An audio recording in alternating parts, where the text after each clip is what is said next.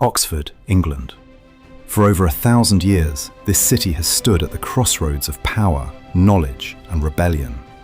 Kings have made it their capital and fought for its control. Students have debated in its halls, while wars raged outside its walls. This is a place where the future of England was decided, where minds were shaped that would change the world, and where ordinary people fought, survived, and built something that would outlast empires. Today, using advanced AI techniques, we can transform centuries-old engravings and faded photographs into vivid, lifelike scenes, bringing Oxford's remarkable past to life in ways never before possible. We're going to walk through every century of this city's existence, from a muddy river crossing to one of the most famous cities on Earth. You'll see triumph and tragedy, genius and brutality, plague and rebirth. This is the complete story of Oxford. Let's begin at the beginning.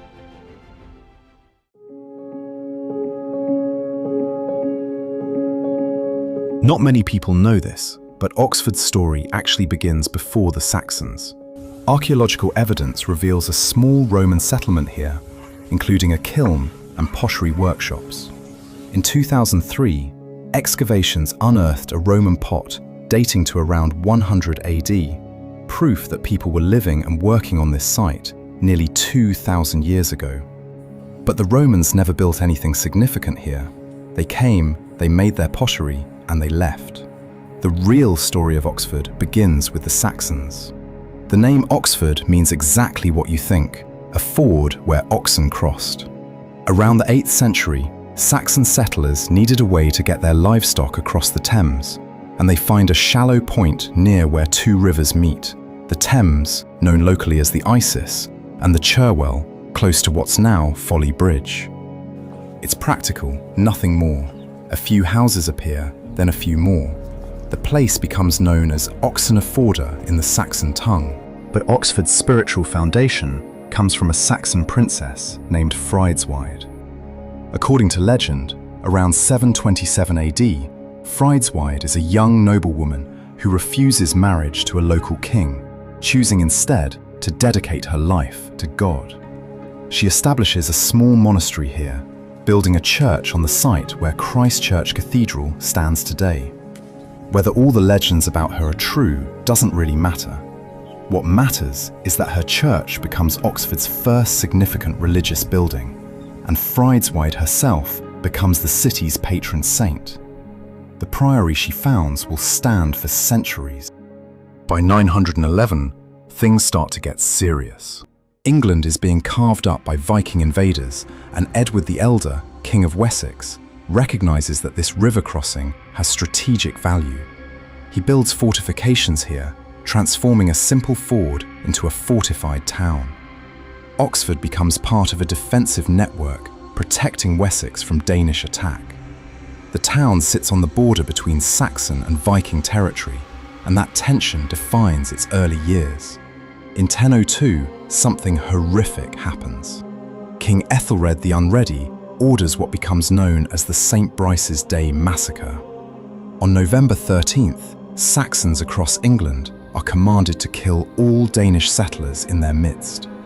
In Oxford, terrified Danes flee to St. Friedesweid's church, seeking sanctuary. The locals bar the doors and set the building on fire. Everyone inside burns to death. Among the dead is Gunhild, sister of Sweyn Forkbeard, the King of Denmark. This single act of violence ensures that Sweyn will return with a massive army to exact revenge. But Oxford survives, and as the 11th century approaches, this rough border town is about to be caught in the greatest invasion England will ever face.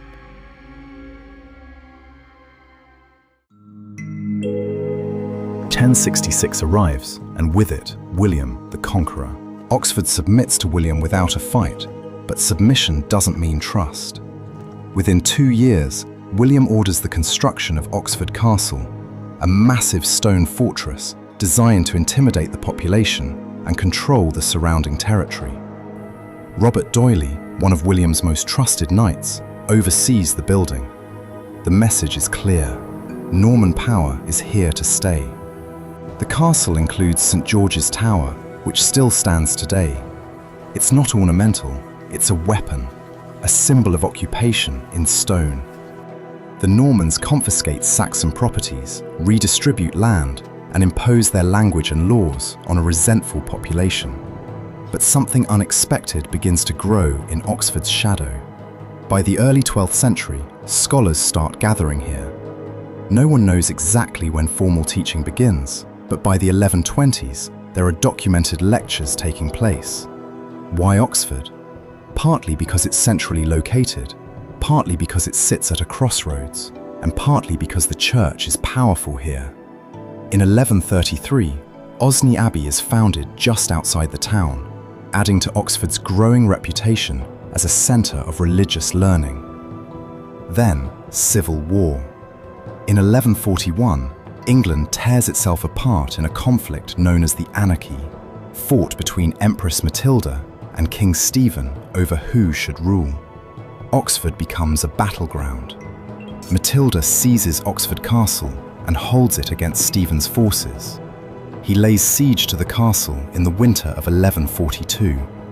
For 3 months, Matilda's garrison holds out, but eventually the situation becomes desperate.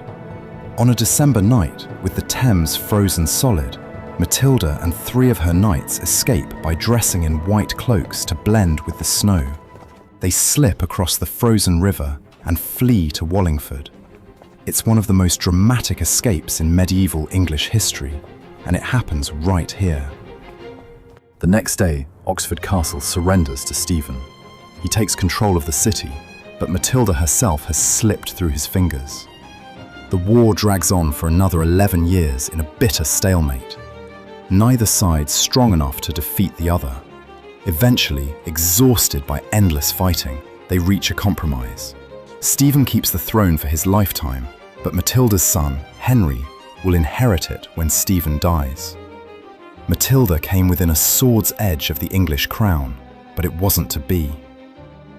England wouldn't have a crowned queen ruling in her own right for another 412 years, until Mary Tudor took the throne in 1553.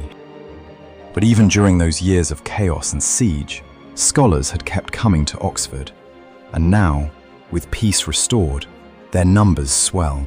The real catalyst comes in 1167.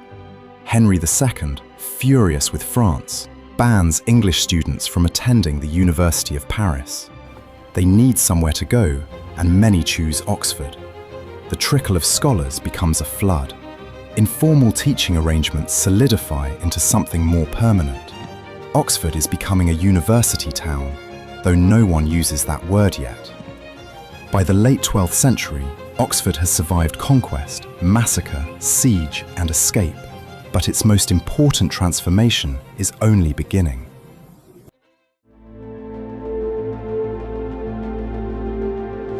The 13th century is when Oxford stops being just another town and becomes something unique.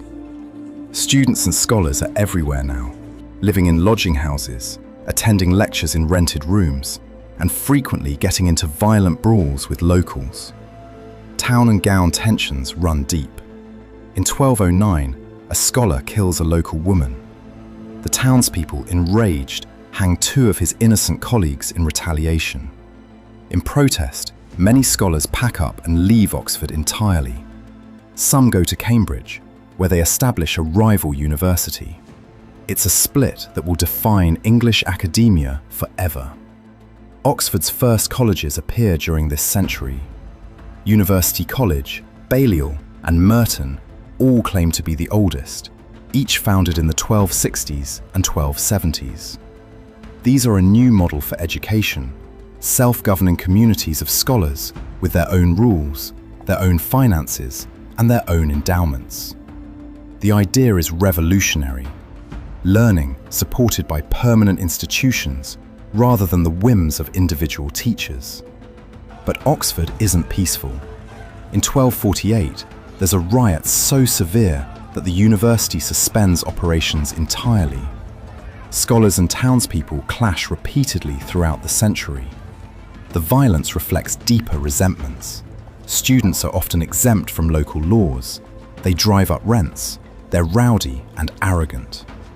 The locals work hard for their living, and they resent these privileged young men treating their town like a playground. By 1284, Merton College establishes the first proper academic structure, with fellows, statutes, and a formal curriculum. Other colleges quickly follow the model. The University of Oxford is no longer just an idea. It's a physical reality, built in stone, and it's changing the character of the entire town. Then, in the 14th century, something comes that's worse than any riot.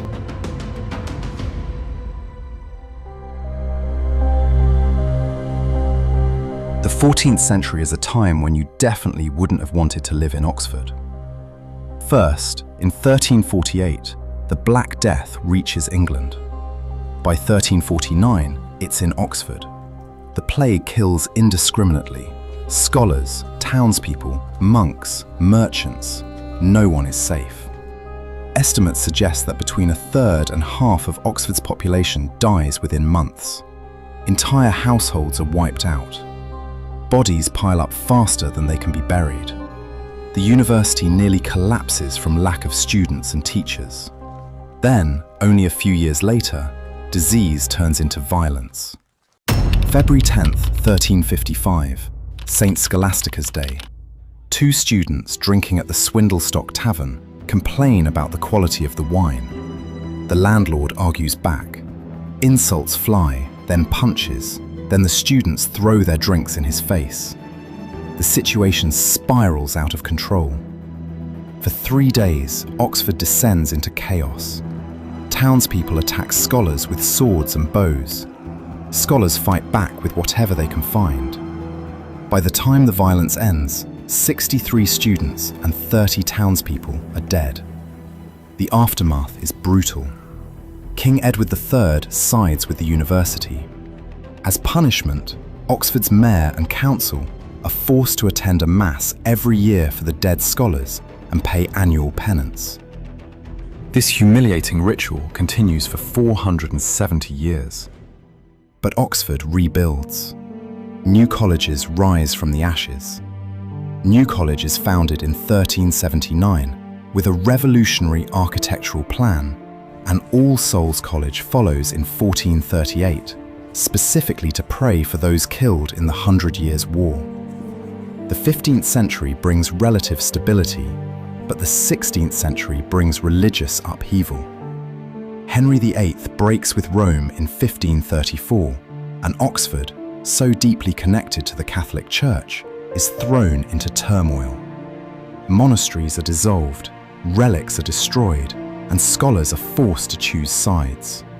The city's religious houses, Osney Abbey, Rewley Abbey, and others, are torn down, their stones repurposed for new buildings. Then, the first Queen of England arrives. Mary I, Bloody Mary, a Catholic queen determined to reverse her father's reforms.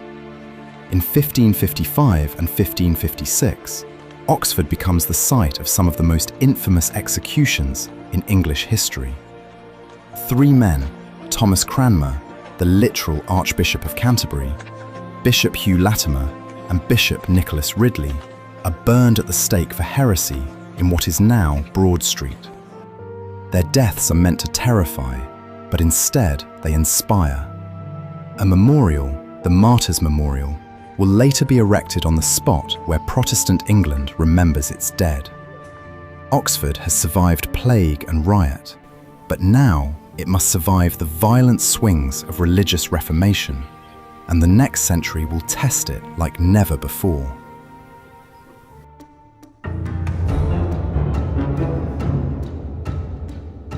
(1642). England is at war with itself. King Charles I and Parliament are locked in a struggle for power, and Oxford finds itself at the centre of the conflict.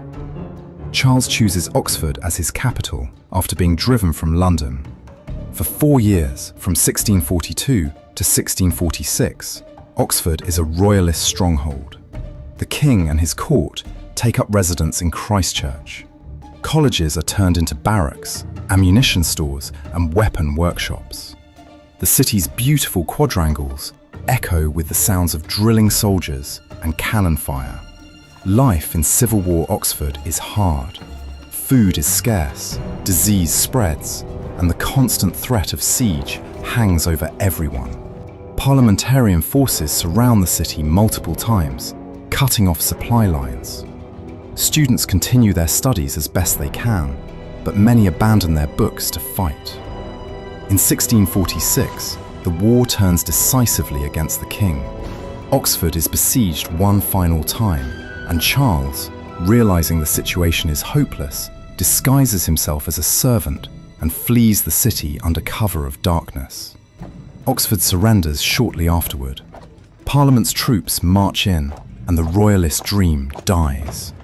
The victorious parliamentarians systematically demolish most of the medieval stonework of Oxford Castle to ensure it can never be used as a royalist stronghold again.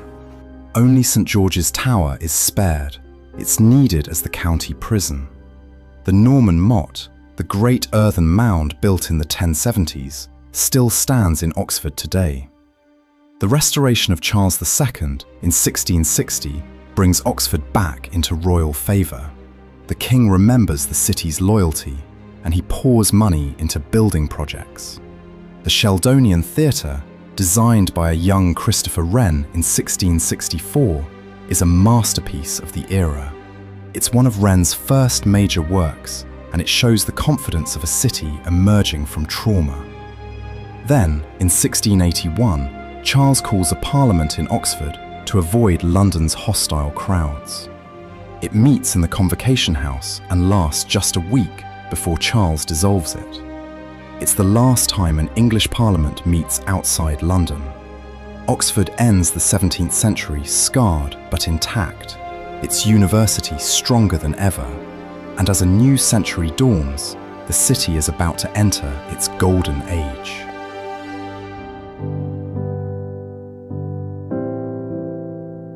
The 18th century is Oxford's age of reason. The university produces some of the greatest minds in British history. John Locke's ideas on governance and liberty spread across Europe and inspire revolutions. Adam Smith studies here before writing The Wealth of Nations. Edmund Halley, the astronomer, becomes civilian professor of geometry and predicts the return of the comet that will bear his name. New colleges continue to appear. Worcester College is founded in 1714, rising from the ruins of Gloucester College. The city's streets are paved, new bridges are built, and the infrastructure improves. Oxford is no longer a medieval relic, it's becoming a modern city. The city is also expanding physically. The Radcliffe Camera, one of Oxford's most iconic buildings, is completed in 1749. Designed by James Gibbs, it's a circular library unlike anything else in England. Funded by a bequest from Dr. John Radcliffe, it becomes the reading room of the Bodleian Library, one of the oldest libraries in Europe, and symbolises Oxford's commitment to knowledge. Yet the university remains deeply conservative. Religious tests exclude anyone who isn't Anglican. Catholics, Protestant dissenters, and Jews cannot attend. Women are completely barred. The curriculum is rigid, focused on classics and theology, while the natural sciences are largely ignored. Critics call Oxford sleepy and out of touch, more interested in port and privilege than progress. Underneath the calm surface, tensions simmer. The town still resents the gown. Riots occasionally flare up, though nothing like the violence of previous centuries. The university tightens its grip on the city's governance, controlling trade and politics in ways that breed resentment among merchants and workers. As the 18th century ends, Oxford is beautiful, wealthy, and intellectually vibrant, but it's also deeply complacent, and the industrial age is about to force it to change.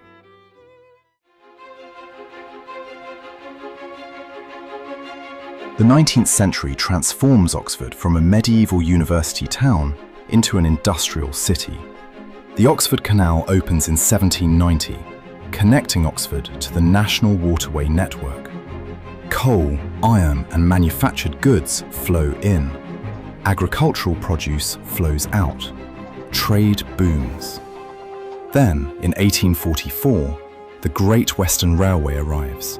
Oxford is now connected to London, Birmingham, and beyond. Travel that once took days now takes hours. The railway brings tourists. Middle-class Victorians flock to Oxford to admire the dreaming spires and walk through ancient quads. The city becomes romanticised in literature and art. But the railway also brings industry. Working-class suburbs spring up around the station. Factories appear. The population explodes from around 12,000 in 1801 to over 49,000 by 1901.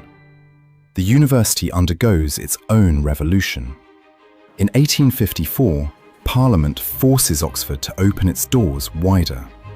Religious tests are gradually abolished, allowing dissenters and Catholics to enroll. In 1878, the first women's colleges are established, Lady Margaret Hall and Somerville College. Women can attend lectures and take exams, though they won't receive full degrees until 1920. Academic standards rise dramatically. The sciences finally get their due.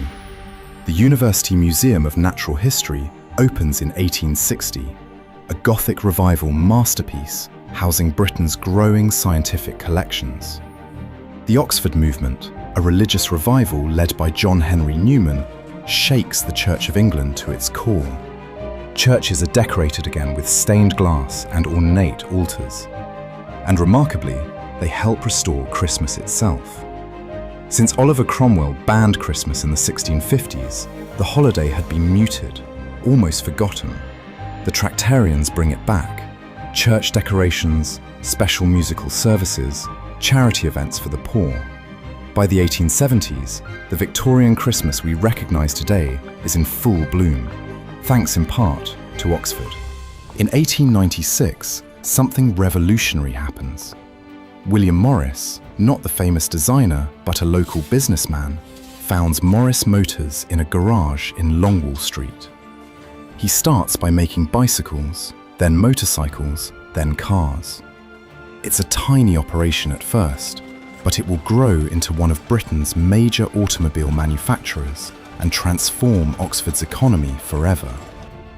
As the 19th century closes, Oxford is caught between two identities: the ancient university and the modern industrial city, and the 20th century will force it to reconcile them.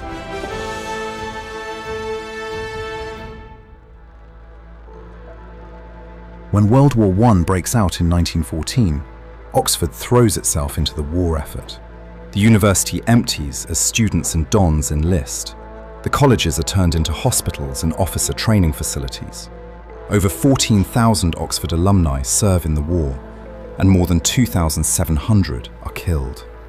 The war memorials that appear in college chapels afterward are sobering reminders of a lost generation.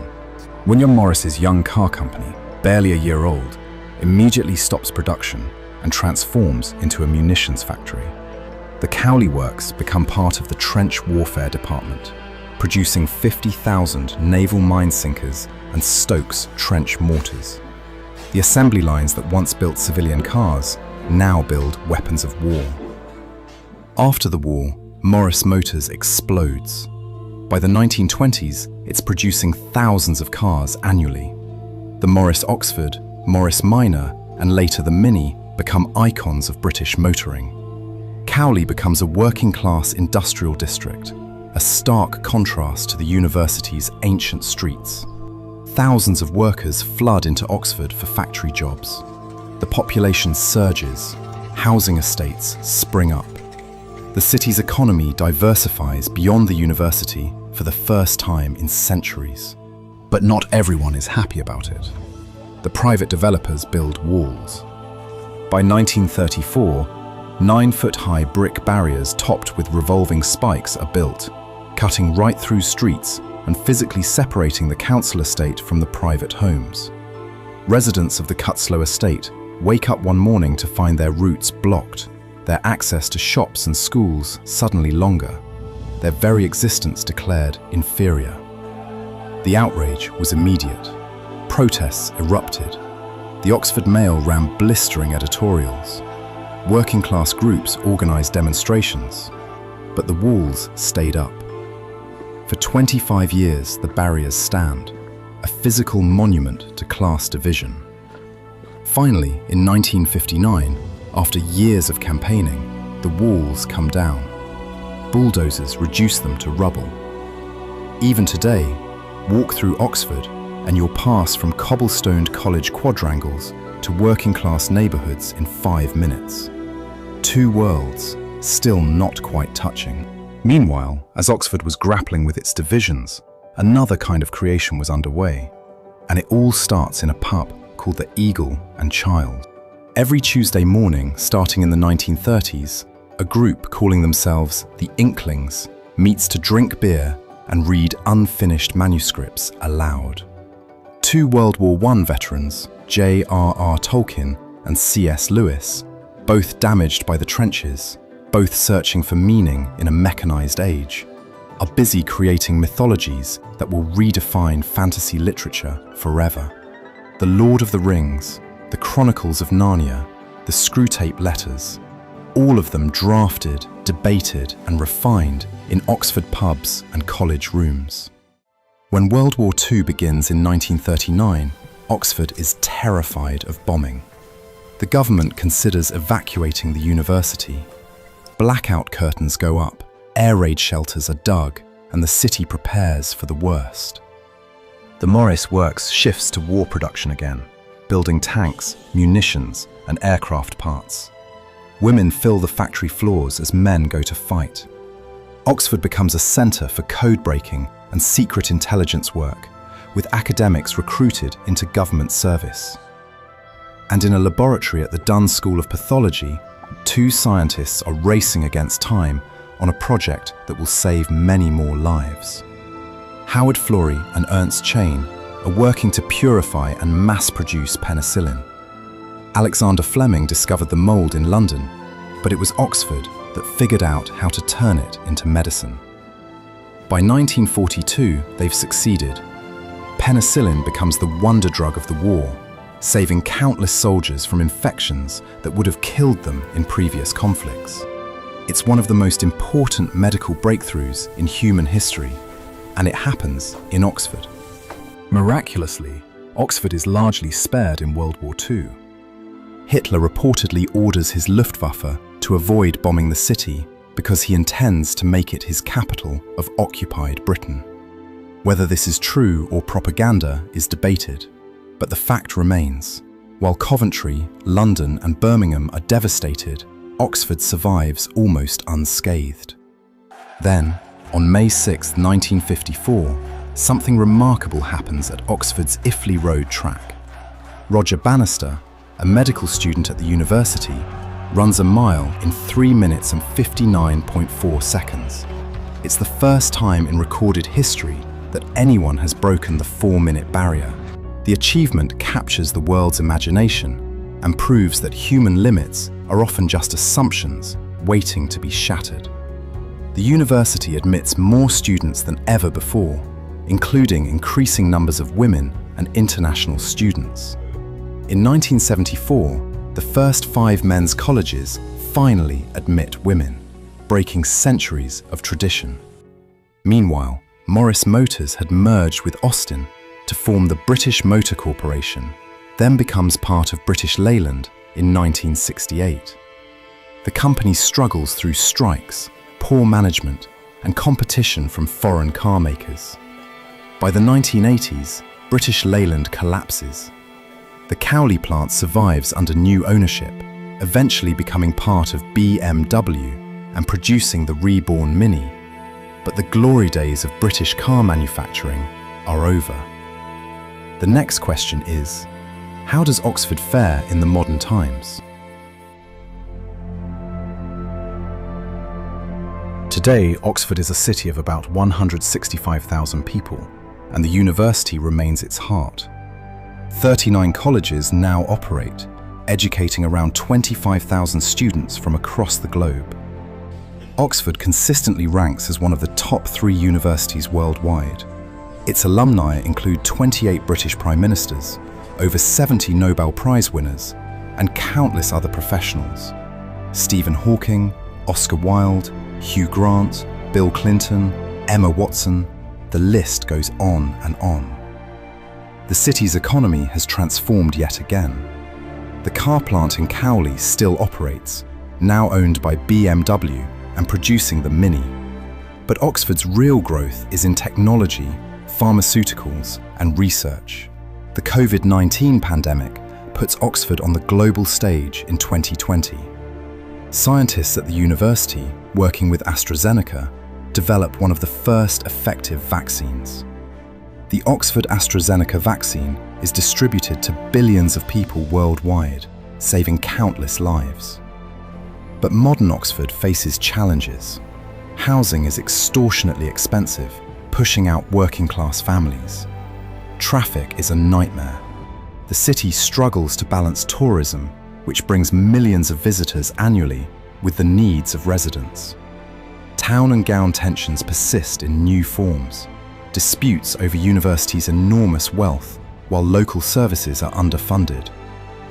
Oxford today is a living paradox, ancient and cutting edge, exclusive and diverse, beautiful and troubled, inspiring and frustrating.